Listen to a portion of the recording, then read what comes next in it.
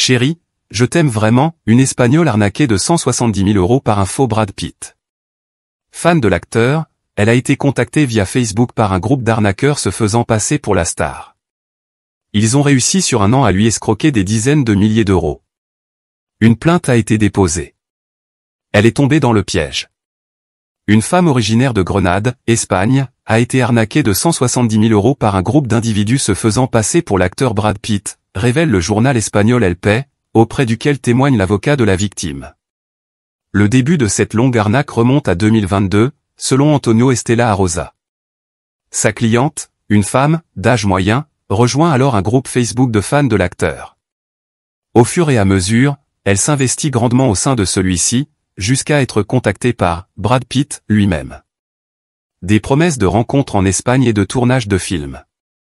Mais de l'autre côté de l'écran, les arnaqueurs avaient un plan bien rodé. Ce sont des professionnels, ils ont le sens du timing, ils savent quand ils doivent montrer de l'affection et quand il ne faut pas répondre, a synthétisé l'avocat auprès d'El País. Comme par magie, Brad Pitt est alors tombé rapidement amoureux de cette habitante de Grenade, à propos de laquelle son avocat n'a pas souhaité divulguer d'informations.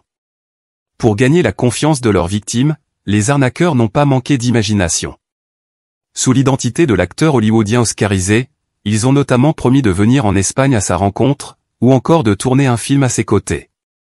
Ils ont alors commencé à lui demander de l'argent, à coût de dizaines de milliers d'euros, jusqu'à 30 000 € en un seul virement.